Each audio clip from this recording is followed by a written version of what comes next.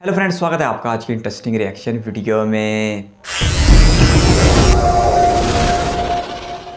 Bharat Russia को secretly fund कर रहा है। भारत की वजह से रशिया यूक्रेन पर अटैक कंटिन्यू कर रहा है। मानो भारत ही रशिया को मिसाइल्स, बंदूकें और सारे वेपन सप्लाई कर रहा है। भारत को अलग अलग नाम देना वेस्ट को काफी अच्छा लगता है। स्नेक चार्मर्स, काउ पिस ड्रिंकर्स, कैटल क्लास, ऐसे नाम देने के बाद अब हमें एक नया नाम मिला है and that is laundromat. Allegations ये है कि भारत रशिया का काला पैसा वाइट कर रहा है, क्योंकि अब भारत यूरोप का टॉप रिफाइंड ऑयल एक्सपोर्टर बन चुका है और हमने सऊदी अरेबिया को भी पीछे छोड़ दिया है। यूरोप के सारे रिपोर्ट्स यही कहते हैं कि भारत रशिया और यूक्रेन के वॉर का फायदा ले रहा है, जो सरासर झूठ है। क्या भारत रशिया की मदद कर रहा है? हमारे पास ऑयल ना होते हुए भी कैसे हम यूरोप को ऑयल सप्लाई कर रहे हैं? और इन सारी बातों का सच सब तक पहुंचना जरूरी क्यों? चलिए जानते हैं आज के इस वीडियो में। हम इम्पोर्टेंट इश्यूज पर एक आसान भाषा में एक इंडियन पर्सपेक्टिव से वीडियोस बनाते हैं। अगर आपको हमारा काम अच्छा लगता है तो प्लीज वो सब्सक्राइब बटन प्रेस करना ना भूलिए। ये आपके लिए तो फ्री है, लेकिन इससे हमारी बहुत हेल्प होती है। चैप्टर 1, भारत के ऊपर attacks. Centre for Research on Energy and Clean Air CREA ने कुछ दिनों पहले एक रिपोर्ट पब्लिश किया, जिसमें उन्होंने एक सही पॉइंट रेज किया कि यूक्रेन पर अटैक करने के बाद वेस्टर्न देशों ने रशिया से डायरेक्टली ऑयल इंपोर्ट करना बंद कर दिया, लेकिन वो इनडायरेक्टली रशिया से ही ऑयल ले रहे हैं। हो रहा है ये कि कुछ देश रशिया से क्रूड ऑयल इंपोर्ट करते हैं, उन्हें अपने देश में रिफाइन करते हैं और फिर यूरोप और दूसरे वेस्टर्न देशों को बेचते हैं। वेस्टर्न देश कहते हैं कि जैसे ब्लैक मनी को व्हाइट मनी बनाने की प्रोसेस को मनी लॉन्ड्रिंग कहते हैं, वैसे ही इस वॉर मनी को लीगल और एथिकल दिखाया जा रहा है। ये रिपोर्ट कहता है कि यूरोपियन यूनियन भारत से हर दिन 3,60,000 barrels of refined fuel purchase करता है, और भारत ये सारे पेट्रोलियम प्रोडक्ट्स लाता कहाँ से है? हमारे पास खुद का ऑयल तो है नहीं। असल में भारत के थ्रू यूरोपियन देश रशियन ऑयल ही इंपोर्ट कर रहे हैं। इसमें गलती किसकी? भारत की, जिसने शुरुआत से ही नॉन अलाइनमेंट को अपनाया है, या इन यूरोपियन देशों की जो दिखावे के लिए यूक्रेन को सपोर्ट करते हैं और बैकडोर से रशियन ऑयल खरीदते हैं? सही सवाल पूछने से वेस्टर्न हिपोक्रेसी एक्सपोज होती है, इसीलिए उनकी मीडिया ब्लेम शिफ्ट करती है एक कन्वीनियंट टारगेट की ओर, भारत की ओर। और जैसे ही कोई वेस्टर्न रिपोर्ट आता है तो कई सारे जर्नलिस्ट अपने एजेंडा आगे करते हैं। सिलेक्टिव डेटा की हेल्प से ये दिखाने की कोशिश करते हैं कि भारत ही दुनिया के सारे प्रॉब्लम्स के लिए रिस्पॉन्सिबल है। इसीलिए इस पूरी बात की जड़ तक पहुंचना जरूरी है। ये समझना जरूरी है कि रिस्पॉन्सिबल कौन है। क्या गलती सिर्फ भारत की है या इसमें और भी देश शामिल है? एंड एज यूजुअल बातें इमोशन से नहीं, डेटा से करते हैं। चैप्टर 2, ऑयल का चक्कर। भारत एशिया का सेकंड लार्जेस्ट रिफाइनर है।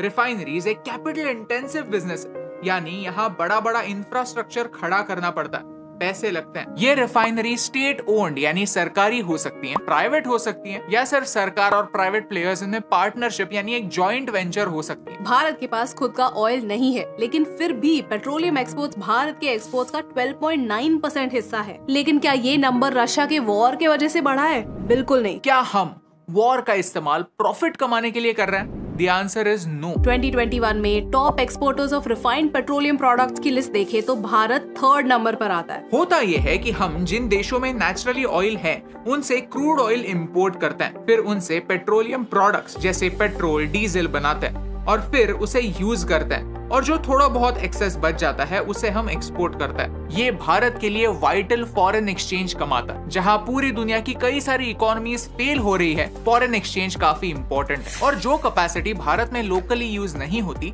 सिर्फ उस कैपेसिटी को एक्सपोर्ट किया जाता है। अगर हम भारत का ट्रेड डेटा देखें तो हमने 2021-2022 में यूरोप को 84,397 crore worth refined petroleum products बेचे, और 2022-23 में ये नंबर बढ़कर 1,39,804 करोड़ हुआ था। ये एक बहुत बड़ा जंप है, लेकिन ये जंप इन वैल्यू है, नॉट इन क्वांटिटी। अगर क्वांटिटी वाइज देखें तो 2021-22 में 98,224 मिलियन बैरल्स थे जब वॉर शुरू नहीं हुआ था, एंड 2022-23 में 1,38 मिलियन बैरल्स थे। मतलब अ ग्रोथ रेट ऑफ 1.8%। मतलब हम वॉर से पहले और वॉर के बाद सिर्फ 1.8% ज्यादा रिफाइंड ऑयल प्रोडक्ट्स बेच रहे हैं। That's it. अब बहुत सारे फैक्ट्स को ट्विस्ट करके ये दिखाया जाता है कि मानो भारत ही यूक्रेन पर गोलियां चला रहा है। जब से रशिया यूक्रेन का क्राइसिस शुरू हुआ है तब से यूक्रेन की एक ही मांग है, that the world should stop buying Russian crude oil. अब जो देश रशियन क्रूड ऑयल पर डिपेंडेंट है वो तुरंत स्विच ऑफ नहीं कर सकते, क्योंकि ऐसा करने में उनका खुद का नुकसान है। इसलिए G7 देशों ने मिलकर डिसाइड किया कि कंप्लीट स्विच ऑफ नहीं तो हम कुछ और डिसाइड करते हैं। हम एक प्राइस कैप लगाते हैं, मतलब हम एक अमाउंट डिसाइड करेंगे और अगर रशिया इस अमाउंट के ऊपर क्रूड ऑयल बेचने लगा तो हम उन्हें मरीन इंश्योरेंस नहीं देंगे, हम उन्हें हमारे शिप्स भी नहीं देंगे। बेसिकली एक प्राइस के ऊपर ट्रेड करना इम्प्रैक्टिकल कर देंगे। ये प्राइस था $60 पर बैरल। रशिया पर सीधा अटैक करने से अच्छा है उनकी इकोनॉमी पर अटैक करें, उन्हें फंड करना बंद करें। लेकिन ये फटाक से होना इम्पॉसिबल है, क्योंकि दुनिया का 12% ऑयल रशिया से आता है और कई यूरोपियन देश रशियन ऑयल पर निर्भर है। तो कम्प्लीटली नहीं तो थोड़ा थोड़ा ही सही वो रशिया को फंड करना कम कर रहे हैं। इस प्राइस कैप की वजह से रशिया को 23% नुकसान हुआ है। कुछ रिपोर्ट्स कहते हैं कि रशिया को हर दिन $170 मिलियन का नुकसान हो रहा है, लेकिन यूक्रेन कहता है ये काफी नहीं। अमेरिका और यूक्रेन के लीडर्स कहते हैं कि प्राइस कैप $60 नहीं $25 to $35 होना चाहिए, but that's not practical and European countries have not agreed to this. Current price cap यानी $60 पर बैरल का भारत पर ज्यादा इम्पैक्ट नहीं होगा। हम Russian Urals grade crude oil import करते हैं और उराल्स ग्रेड क्रूड ऑयल $60 पर बैरल के नीचे ही बिक रहा था। हाल ही में उसका प्राइस $60 के ऊपर गया, लेकिन now it's back to trading below $60। Conclusion यही है कि हमारी ऑयल रिफाइनरीज काफी समय से और काफी केयरफुली हमारी इकोनॉमी को संभालकर दुनिया की नीड्स को फुलफिल कर रही हैं। EU should be putting sanctions on refined oil products from India using Russian oil. Well, I really don't see the basis for your question because my understanding of the council regulations is that if Russian crude is substantially transformed in a third country, then it's not treated as Russian anymore. I would urge you to look at Council Regulation 833/2014.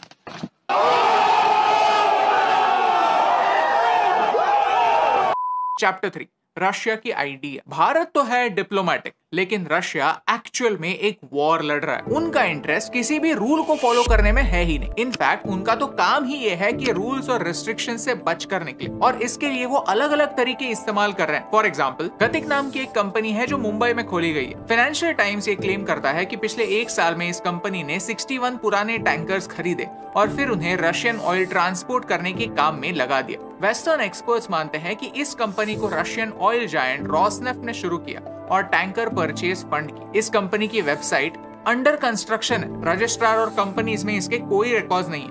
इनका मुंबई के Neptune mall में एक छोटा सा office है। Indian express ने ये report किया है कि ये ऑफिस हमेशा लॉक्ड रहता है। ये सारी बातें काफी सस्पिशियस हैं। इंफॉर्मेशन छुपाने के लिए उन्होंने वेस्टर्न इंश्योरर से इंश्योरेंस भी नहीं खरीदा। जब भी आप कोई चीज इंपोर्ट करते हो तब जो प्राइस आप देते हो वो 2 टाइप की हो सकती है, FOB या फ्री ऑन बोर्ड या CIF, that's cost insurance freight. FOB मतलब सेलर आपको सिर्फ शिप तक डिलीवरी देगा, शिपिंग कॉस्ट इंश्योरेंस वो आपको भरना है on top of the cost price. CIF मतलब सेलर आपको आपके देश तक प्रोडक्ट्स लाके देगा। और भारत के ऑफिशियल्स कहते हैं कि वॉर के बाद रशिया अपने क्रूड ऑयल को CIF बेसिस पर भारत में डायरेक्टली डिलीवर कर रहा है। That means they choose the tanker, they choose the insurance. हम यही चाहते हैं कि जस्ट बिकॉज ये कंपनी भारत में है, वेस्टर्न देश ये कंक्लूजन ना निकाले कि भारत सरकार रशिया की मदद कर रही, इंफॉर्मेशन छुपा रही है और रशिया को चुपचाप सपोर्ट कर रही है, नहीं तो हम पर सेकेंडरी सैंक्शंस लगने के चांसेस। चैप्टर 4 भारत का पर्सपेक्टिव। वॉर को सपोर्ट करना कंप्लीटली गलत है, लेकिन एक देश है जो ओपनली वॉर को सपोर्ट भी करता है और उनके अगेंस्ट एक्शन लेने की कोई भी हिम्मत नहीं दिखाता, और वो है चाइना। चाइना आज रशिया का सबसे बड़ा ट्रेडिंग पार्टनर है। CRA की रिपोर्ट पर पहले पेज पर यह कहा गया है कि EU और G7 देशों ने कई देशों से रिफाइंड ऑयल के इंपोर्ट्स किए। इन देशों में China, India, Turkey, UAE, Singapore शामिल। चलिए देखते हैं कि इस रिपोर्ट के अंदर का डेटा क्या कहता है। इस चार्ट में आपको वेस्टर्न हिपोक्रेसी साफ साफ दिखती है। Bharat anyway refined petroleum products export करता है। ये भारत का टॉप एक्सपोर्ट प्रोडक्ट रहा है कई सालों के लिए। इस चार्ट में भी देखें तो सबसे ज्यादा जंप चाइना ने रिकॉर्ड किया है। चाइना के एक्सपोर्ट्स ऑलमोस्ट डबल हुए हैं। फिर भी किसी भी न्यूज आउटलेट ने इस बात को हाईलाइट नहीं किया। सारे ट्वीट्स और सारा अटेंशन सिर्फ भारत पे ही आ रहा है। चाइना रशिया से $190 बिलियन के गुड्स खरीद रहा है, $190 बिलियन US, जहाँ की भारत का रशिया के साथ सिर्फ $41 बिलियन US का ट्रेड। चाइना का रशिया के साथ ट्रेड 5 टाइम्स ज्यादा है, लेकिन फिर भी सारे लेक्चर्स सिर्फ भारत के। सेकेंडरी सैंक्शंस का थ्रेट चाइना को कोई नहीं देता। अगर चाइना को किसी ने सवाल पूछा तो चाइना उल्टी थ्रेट देता है। चाइना ओपनली कहता है कि रशिया और चाइना की फ्रेंडशिप में देयर आर नो लिमिट्स, लेकिन चाइना को कभी कोई क्रिटिसाइज नहीं करता। कभी सोचा है कि क्यों? क्योंकि दुनिया का 15% ट्रेड चाइना से होता है और भारत सिर्फ 2%। सच यही है कि हम इकोनॉमिकली पीछे होने के वजह से हमें ह्यूमिलिएशन का सामना सर झुकाकर करना पड़ता है। सारे देशों की प्रायोरिटीज काफी सॉर्टेड होती है कि उनकी पहली और आखिरी रिस्पॉन्सिबिलिटी अपने सिटीजन्स की ओर होती है। अगर भारत को डिस्काउंटेड रेट्स पर रशिया से क्रूड ऑयल मिलता है तो कौन सा लॉजिक कहता है कि हमें ये ऑयल नहीं खरीदना चाहिए? हमारे रशिया से इंपोर्ट्स बढ़े हैं, ये एक फैक्ट है, लेकिन ये इंपोर्ट्स हम प्रॉफिट के लिए नहीं, हमारे नीड्स फुलफिल करने के लिए कर रहे हैं। ये ग्राफ देखिए, ये साफ साफ दिखाता है कि हमारे इंपोर्ट्स 52 मिलियन मेट्रिक टन से बढ़े हैं, लेकिन एक्सपोर्ट्स सिर्फ और सिर्फ 0.3 मिलियन मेट्रिक टन से। इसका क्या मतलब है कि जो एक्स्ट्रा क्रूड ऑयल हम इंपोर्ट कर रहे हैं वो हम हमारे ही देश में यूज कर रहे हैं। इसका असली नुकसान दूसरे ऑयल प्रोड्यूसिंग देशों को हो सकता है, लेकिन रशिया को एक्स्ट्रा फायदा बिल्कुल नहीं हो रहा है। Europe has to grow out of the mindset that Europe's problems are the world's problems, but the world's problems are not Europe's problems. इस एटीट्यूड की प्राइस आज नहीं तो कल उसे चुकानी ही पड़ेगी। द लॉजिक इज सिंपल, हमारे देश की रिस्पॉन्सिबिलिटी हमारे सिटीजन्स की ओर है, हमारा इन्फ्लेशन कंट्रोल करने की ओर है और हमारी प्रायोरिटी यही होनी भी चाहिए। जापान ने भी यही किया। वो G7 का एक हिस्सा है, लेकिन फिर भी उसने प्राइस कैप से निकलकर रशिया से ऑयल परचेज करना अपनी देश और इकोनॉमी के लिए ज्यादा बेहतर समझा। वो प्राइस कैप के ऊपर जाकर रशियन ऑयल खरीद रहे हैं, लेकिन जापान एक लॉन्ड्रोमैट नहीं है, वो पुतिन का वॉर फंड नहीं कर रहा है, वो तो सिर्फ अपनी इकोनॉमी का ध्यान रख रहा है। सिमिलरली पाकिस्तान ने भी रशिया से डिस्काउंटेड ऑयल परचेज करने की परमिशन अपने एलाय और जियोपॉलिटिकल लवर यूएसए से ली है। लेकिन इन दोनों देशों को इस डिसीजन के लिए इंटरनेशनली कोई क्रिटिसिज्म फेस नहीं करना पड़ता। गुस्सा तब आता है जब ये सारी लेक्चरबाजी सिर्फ भारत के लिए रिजर्व्ड होती है। जब से रशिया यूक्रेन वार शुरू हुई है उसके बाद से भारत ने इस मौके का पूरा फ़ायदा उठाया है। इस बात में कोई दो राय नहीं है कि भारत ने अपने शहरियों को सस्ता पेट्रोल और सस्ता डीजल वगैरह फराहम करने के लिए रशिया से डे 1 से ही ऑयल इंपोर्ट करना शुरू कर दिया था, जिसकी वजह से भारत की इकानमी को अच्छा खासा संभाला भी मिल गया था और नतीजे में भारतीयों को सस्ता पेट्रोल भी मिलना शुरू हो गया था। लेकिन ये मामला आस्ता आस्ता इस कदर बढ़ते गए और भारत को रूसी क्रूड ऑयल इस कदर रास आया कि भारत ने इसे अपनी एक गेम चेंजर के तौर पर इस्तेमाल करना शुरू कर दिया।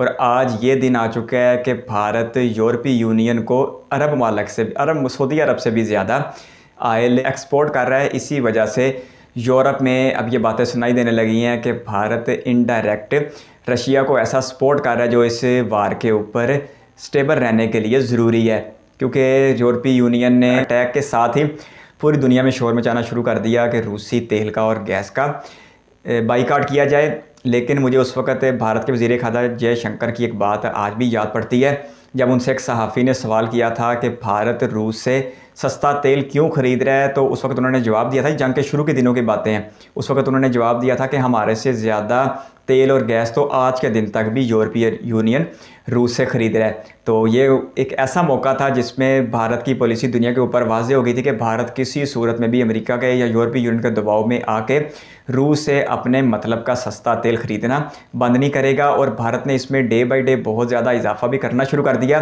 जिससे एक तरफ भारत का इंपोर्ट बिल बढ़ा, लेकिन दूसरी तरफ भारत का एक्सपोर्ट बढ़ना शुरू हो गया, जो कि बड़ी ही ज़बरदस्त बात थी। लेकिन जो सबसे ज़्यादा फ़ायदा हुआ वो एक्सपोर्ट को हुआ हो या ना हुआ, वो भारत के आम आवाम को ज़रूर होना शुरू हो गया। लेकिन दूसरी तरफ चाइना की बात की जा रही थी कि वो रशिया का सबसे बड़ा ट्रेडिंग पार्टनर है, 190 बिलियन डॉलर की बाहमी तिजारत है, लेकिन उस पर पूरी दुनिया खामोश है। फिर वीडियो में ही उसका जवाब बताया जा रहा था कि दुनिया की पता नहीं 15 या 16% बताई जा रही थी तिजारत चाइना से होती है, और दुनिया का कोई भी मुल्क, खुसूसन अमेरिका जैसा ताकतवर मुल्क भी इस वक्त चाइना का बाइकाट का तसव्वुर भी नहीं कर सकता, क्योंकि चाइना 2009 से दुनिया का सबसे बड़ा एक्सपोर्टर चला आ रहा है और पिछले 15-20 सालों से ही इसकी ट्रेड हमेशा सरप्लस में चली आ रही है। तो इसलिए चाइना तो आलमी सतह पे इस पोजीशन पे है कि वो किसी भी पाबंदी का मुंह तोड़ जवाब दे सकता है या धमकियां दे सकता है। लेकिन इंडिया अभी मजबूर है, इंडिया अभी अमेरिका के सामने इस कदर ज़्यादा खड़ा नहीं हो सकता कि अमेरिका इंडिया को धमकियां भी दे और इंडिया फिर भी रूस से अपना तेल ख़रीदना जारी रखे।